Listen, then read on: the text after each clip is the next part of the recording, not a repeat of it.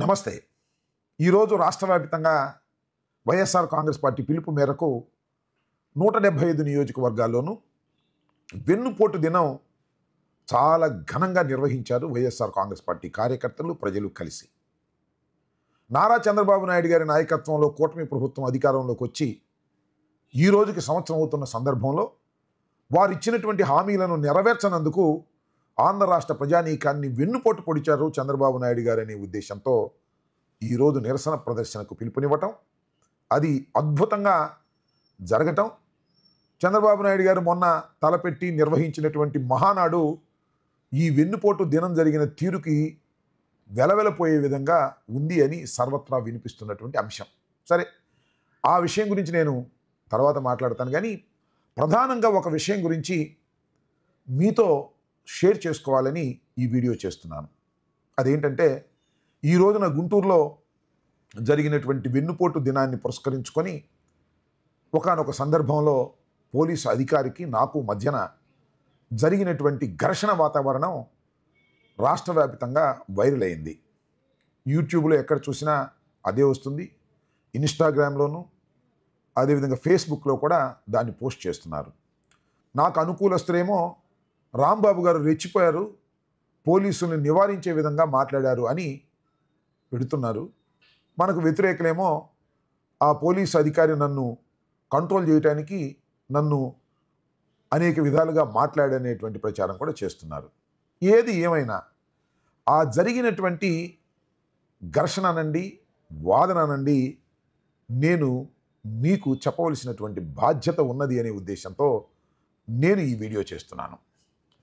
ఆయన పట్టాపురం సిఐ గంగా వెంకటేశ్వర్లు గారు ఈ మధ్యనే వచ్చాడు.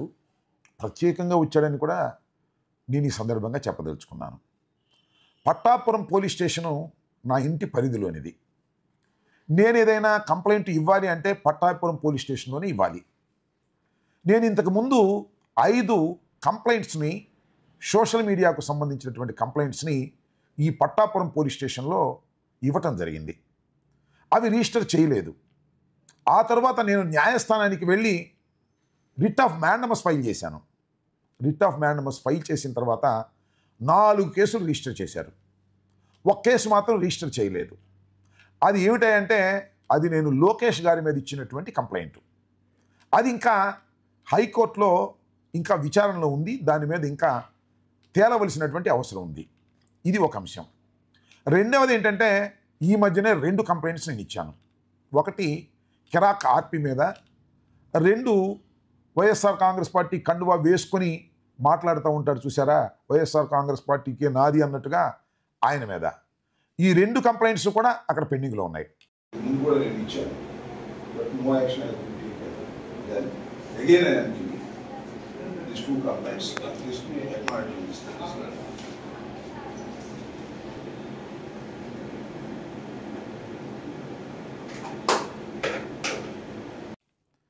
ఇది నేను ఎందుకు చెప్తున్నా అంటే, ఈ పోలీస్ స్టేషన్కి నాకు ఆ రకమైన సంబంధం ఉన్నదనే విషయం ఇక్కడ నేను మీకు తెలియపరిచే ప్రయత్నం చేస్తున్నాను. రీసెంట్గానే వచ్చాడు ఈ గంగా వెంకటేశ్వర్లు అనే ఆయన. ఈ పట్టాపురం పోలీస్ స్టేషన్లో నేను ఫస్ట్ టైం ఇచ్చినప్పుడు, కంప్లైంట్స్ ఇచ్చినప్పుడు, వీరేంద్ర అని ఒక షెడ్యూల్ క్యాస్ట్కి సంబంధించినటువంటి ఒక సిఐ ఉండేవారు. కాస్త మర్యాదగానే ప్రవర్తించేవారు. ఆయన్ని పంపించేసి, ఎందుకంటే ఈ కేసు రిజిస్టర్ చేసిన తర్వాత ఆయన ఇక్కడి నుంచి పంపించేసి మధుసూదన్ రావు అనే అతను ఇంకొక ఎస్సీని ఇక్కడ షెడ్యూల్ క్యాస్ట్కి సంబంధించిన ఆయన వేశారు. ఆయన ఒకే ఒక్క రోజు ఉన్నాడు, ఆయన తీసేశారు. ఆయన తీసి ఈ గంగా వెంకటేశ్వర్లు అనే ఆయన్ని వేశారు. ఈ గంగా వెంకటేశ్వర్లు అనే ఆయన నెల్లూరు వాసి, అక్కడ ఎక్కువ కాలం పనిచేశాడు. డీటెయిల్స్ నాకు తెలియదు అనుకోండి. వైఎస్ఆర్ కాంగ్రెస్ పార్టీ ఉన్నప్పుడు రైల్వేలో పనిచేసినటువంటి విషయం చాలామంది చెప్తున్నారు. తెలుగుదేశం పార్టీ అధికారంలోకి వచ్చిన తర్వాత ఆయన తుళ్ళూరుకు వచ్చారు. తుళ్ళూరు నుంచి ప్రత్యేకంగా, ఎందుకంటే నేను పదే కంప్లైంట్స్ ఇచ్చి హైకోర్టులో రిట్ ఆఫ్ మ్యాండమస్ వేస్తున్నాను కాబట్టి ఈయన ఇక్కడ పెడితే బాగుంటుంది అని పెట్టారంటే అతని మీద ఎంత విశ్వాసం ఉందో మీరు అర్థం చేసుకోవాలి. ఒక విధంగా చెప్పాలంటే, ఇతను లోకేష్తో రోజు టచ్లో ఉంటాడు. లోకేష్ గారి ఆర్డర్స్ మీదే ఇతను పనిచేస్తుంటాడు. ఒక విధంగా చెప్పాలంటే లోకేష్ గారికి బంధువు కూడా. అంత విశ్వాసంగా ప్రభుత్వానికి తెలుగుదేశానికి పనిచేసే స్వభావం ఉన్నటువంటి వ్యక్తి కాబట్టే ఈ పట్టాపురం పోలీస్ స్టేషన్కి ఈయన్ని సిఐగా రీసెంట్గా నియమించారు. ఇది ఒక అంశం. ఇవాళ వెన్నుపోటు దినాన్ని నిర్వహించేటటువంటి కార్యక్రమంలో మేము అందరం నిమగ్నమై ఉన్నాం. ఉదయం నుంచి జరిగినటువంటి సంఘటనని మీకు నేను దృష్టిలోకి తీసుకురావాలి. నా ఇంటి సమీపంలో ఒక ఎస్ఐని, ఇద్దరు కానిస్టేబుల్స్ని పెట్టారు. మార్నింగ్ నేను 8 గంటలు లేసే సమయానికే, సహజంగా ఇవాళ పిలుపునిచ్చాం కాబట్టి యువకులు కాస్త తెలిసిన వాళ్ళు మోటార్ సైకిల్ తీసుకుని ఇక్కడికి వచ్చారు. వాళ్ళందరినీ బెదిరించే కార్యక్రమం చేశారు. మోటార్ సైకిల్ తీసుకువెళ్ళిపోండి, ర్యాలీకి సంబంధం లేదు, ర్యాలీకి పర్మిషన్ లేదు అని కొందరి తాళాలు కూడా తీసుకునేటువంటి ప్రయత్నం చేశారు. ఈ లోపల నేను బయటకు వచ్చి, ఏంటిది మా ఇంటి దగ్గర మీరేంటా, మా ఇంటి దగ్గర మీరు ఎందుకు ఇలా చేస్తున్నారని ఆ పోలీసు వారి మీద నేను గట్టిగా మాట్లాడటం జరిగింది. ఆ పోలీసు వారు అక్కడే ఉండి మెత్తబడ్డారు. మా ఇంటి ముందు బళ్ళు పెట్టుకుని వీడియో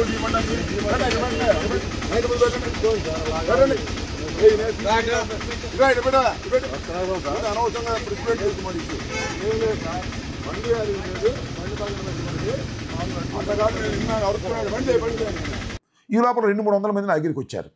మేమందరం బయలుదేరుతుంటే వాళ్ళందరినీ చిందరవందర చేయాలనేటువంటి ప్రయత్నం చేశారు. నేను అక్కడ ఉండి, ఎందుకయ్యా మీరు అలా చేస్తున్నారు, అనవసరంగా మ్యాటర్ని ప్రెసిపిటేట్ చేస్తున్నారు, మా దోన మమ్మల్ని వెళ్ళనివ్వండి, ఇది మంచి పద్ధతి కాదు అని గట్టిగా నేను చెప్పడం జరిగింది. ఆ తర్వాత నేను బయలుదేరి వెళ్తున్నాను. నేను బయలుదేరి వెళుతున్నప్పుడు ఇక్కడ ఎస్ఐ గారు చెప్పాడు, రాంబాబు గారు బయలుదేరి వస్తున్నారు, ఆయన వెనకాల జనం ఉన్నారు అని. వెంటనే మధ్యలో ఆపేశాడు నన్ను. ఆపేసి నన్ను వెళ్ళటానికి వీల్లేదన్నాడు.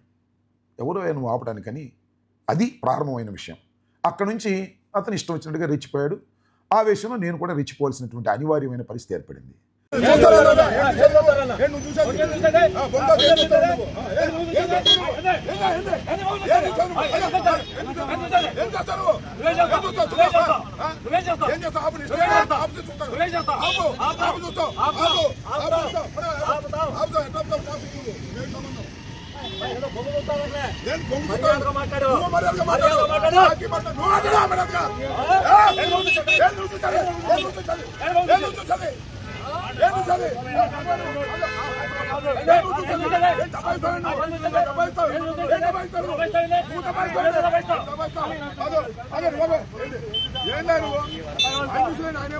ఎక్కడైనా జరిగిందా ఈ రాష్ట్రంలో? ఎక్కడైనా ర్యాలీగా వెళ్తుంటేనో, లేకపోతే ఈ వెన్నుపోటు దినానికి సంబంధించి మెమోరాన్ని ఇవ్వడానికి మేమందరూ వెళ్తుంటే గట్టిగా ఆపాలనే ప్రయత్నం ఎందుకు చేస్తున్నారంటే, చెప్పాల్సిన అవసరం ఉంది. తెలుగుదేశం కార్యకర్తలాగా లోకేష్ గారికి బంధువు కాబట్టి ఆ రకమైన ప్రయత్నం చేసినట్టుగా నాకు అనిపించింది. ఇదే గుంటూరు వన్ నుంచి నూరి ఫాతిమా వచ్చారు. అక్కడ ఎవరు డిస్టర్బ్ చేయలేదు. కానీ ప్రత్యేకంగా నా ఇంటి పరిధిలోనూ నన్ను డిస్టర్బ్ చేయటం కోసమే ఈ గంగా వెంకటేశ్వర్లు గారిని ఇక్కడ నియమించారు అనేది చాలా స్పష్టమైనటువంటి అంశం. కాబట్టి ఇది చాలామంది వైరల్ అయిన తర్వాత రకరకాలుగా మాట్లాడుకుంటూ ఉంటారు. కాబట్టి ఉన్న వాస్తవాలను మీకు తెలియపరచాలనే ఉద్దేశంతో నేను వీడియో రూపంలో విషయాలను మీకు ఎక్స్ప్లెయిన్ చేసే ప్రయత్నం చేస్తున్నాను. నేను ఒకటే ఒక విషయాన్ని చెప్తున్నాను. మేము అపోజిషన్లో ఉన్నాం. ప్రభుత్వం చేస్తున్నటువంటి ప్రజా వ్యతిరేక విధానాలను, ప్రభుత్వం ఇచ్చినటువంటి హామీలను నెరవేర్చకపోతేను, ప్రభుత్వం మీద ఒత్తిడి తీసుకురావడం కోసం అనేక నిరసనలు, అనేక దీక్షలు రకరకాల రూపంలో మేము చేస్తాం. అది మా డ్యూటీ. అపోజిషన్లో మా డ్యూటీ. దాన్ని మీరు నివారించడం కోసం అడ్డదారుల్లో నివారించకూడదు. అడ్డదారుల్లో కాకుండా స్ట్రైట్ ధోరణిలో స్ట్రైట్గా మీరు నివారిస్తే దాన్ని అప్రిషియేట్ చేస్తారు. ఈ విధంగా నడి రోడ్డు మీద నన్ను ఆపి నాతో ఘర్షణకు దిగి, అంటే ఎక్కువ మార్కులు లోకేష్ దగ్గర సంపాదించాలనే తాపత్రయంతో చేస్తున్నారు. నేను ఒకటే చెప్తున్నా, చాలామందిని చూసాం, సిఐస్ని, ఎస్ఐల్ని, డిఎస్పీల్ని, ఎస్పీల్ని, అందరితో గౌరవంగా ఉండాలనేది మా ఉద్దేశం. కానీ పోలీసు జులుమును ప్రదర్శించి ఎక్కడో లోకేష్ దగ్గర మార్కులు కొట్టేయాలని అనుకుంటే లోకేషు శాశ్వతంగా అధికారంలో ఉండడు, మేము శాశ్వతంగా అపోజిషన్లోనే ఉన్నాము. కాస్త మర్యాదగా మాట్లాడడం, మర్యాదగా కార్యక్రమాలు చేయటం నేర్చుకుంటే మంచిదని ప్రత్యేకంగా ఆ పోలీసు అధికారికి నేను ఈ సందర్భంగా చెప్పదలుచుకున్నాను. ఇలాంటి బెదిరింపులకి లేదా కేసులకి భయపడే తత్వం కాదు మాది. అలా భయపడే పరిస్థితి ఉంటే మేము ఇంకా రాజకీయాల్లో ఉండటం అనవసరం. రాజకీయాల్లో ఉన్నాము అంటే ఇవాళ ఉన్న పరిస్థితి ఏంటంటే అరెస్టుకు సిద్ధమై జైల్లో ఉండటానికి కూడా సిద్ధమైతేనే ఇవాళ రాజకీయాల్లో ఉండాల్సినటువంటి అనివార్యమైన పరిస్థితి కూటమి ప్రభుత్వం కల్పించిందని నేను చాలా స్పష్టంగా చెప్పదలుచుకున్నాను. కాబట్టి జరిగినటువంటి సంఘటన గురించి ప్రజలకు వివరించాలనే ఉద్దేశంతో నేను ఈ అంశాన్ని మీ ముందుకు తీసుకువస్తున్నాను. ప్రజలు దయచేసి అర్థం చేసుకోవాలని కూడా కోరుతున్నాను. ఇక మన వెన్నుపోటు దినం గురించి నేను ప్రత్యేకంగా మరొక వీడియోలో మాట్లాడతాను. ధన్యవాదాలు.